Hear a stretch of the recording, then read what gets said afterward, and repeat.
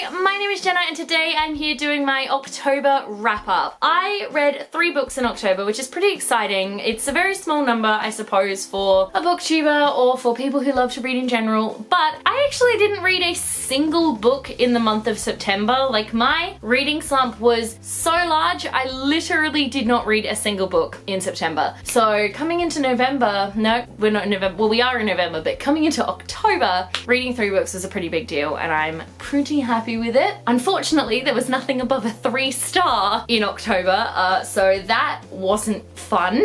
But I did, mostly enjoyed the books that I read. So my original plan for the month of October was to read lots of spooky books, and that didn't happen. I read 1 spooky book, 1 kind of spooky book, and 1 not even a little bit spooky book. So we're gonna start with the spooky book that I read. That was Pet Sematary by Stephen King. I gave this one a 3 out of 5 stars. I just didn't find it that creepy. I mostly just found it boring. I don't know, it felt to me like there was something missing. Everyone had told me this was the most scary of Stephen King's novels. Stephen King himself is like, oh, this is the only novel that made me think maybe I'd gone too far. And I was reading it and I was waiting for that moment, the moment where he'd gone too far, and I was just sitting there like, this is awfully paced. Like, everything interesting happens within the last maybe 50 pages of the book. It wasn't scary. There were maybe a couple of moments where I was like, oh yeah, that's a little bit creepy, but like mostly I was just bored throughout this entire book, and I'm pretty disappointed with it because if this is the scariest thing Stephen King has to offer, yeah.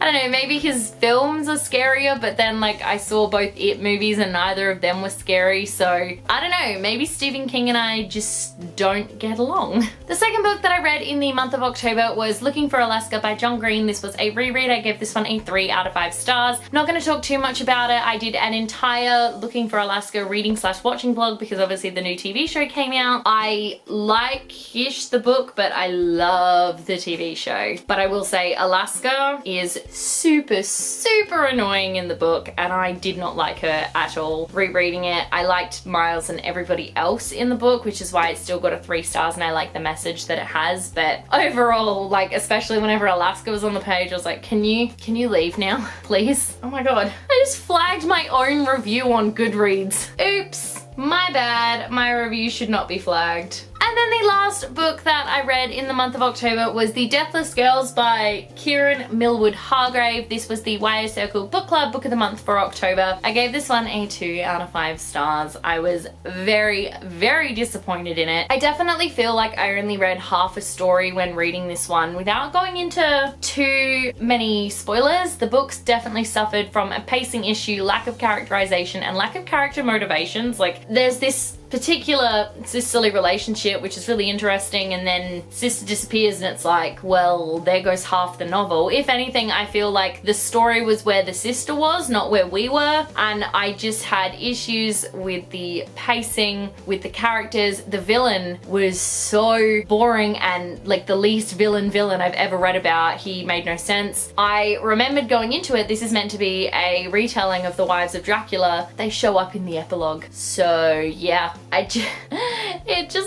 it was such a disappointing read. Even the love story was far too insta-lovey for me, and then it was made pointless by the end of the novel. So I don't know, I feel like I didn't love it. Well, I definitely didn't love it. I gave it 2 stars, but I also feel like it could have been so much better than it was. The writing style was gorgeous, absolutely phenomenal. I loved it. It was so lyrical and beautiful, and the times the book did it right, the times the book was at its best was actually in those really creepy moments that it had. There were a few of them. That's when the book really shone, and everything in between was like, oh, you're not as good now. So those are the 3 books that I read in the month of October. I know this is a very short wrap up, but that's because I didn't read anything. I don't normally do TBRs anymore, but I do have a couple of books that I am planning on reading in the month of November that I suppose I will show you, because why not? Oh, plus I still have to pick my TBR jar challenge. Did I complete my TBR jar challenge from last year? Yes, So last month, because I didn't do a September wrap-up video, I didn't pull one on camera, but I pulled one. It was to read a book with an LGBT relationship, and The Deathless Girls has a female-female relationship, so doing well. So at the moment I only have 2 books that I'm really interested in reading in November. The first one is the Wire Circles Book Club Book of the Month. That is Into the Crooked Place by Alexandra Christo.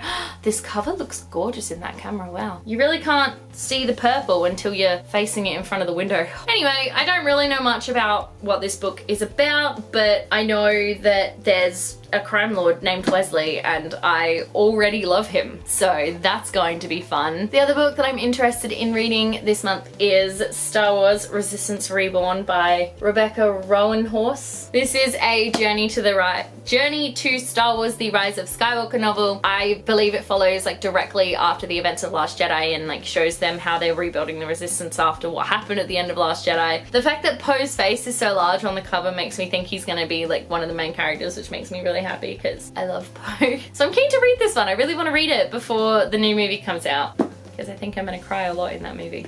Haha.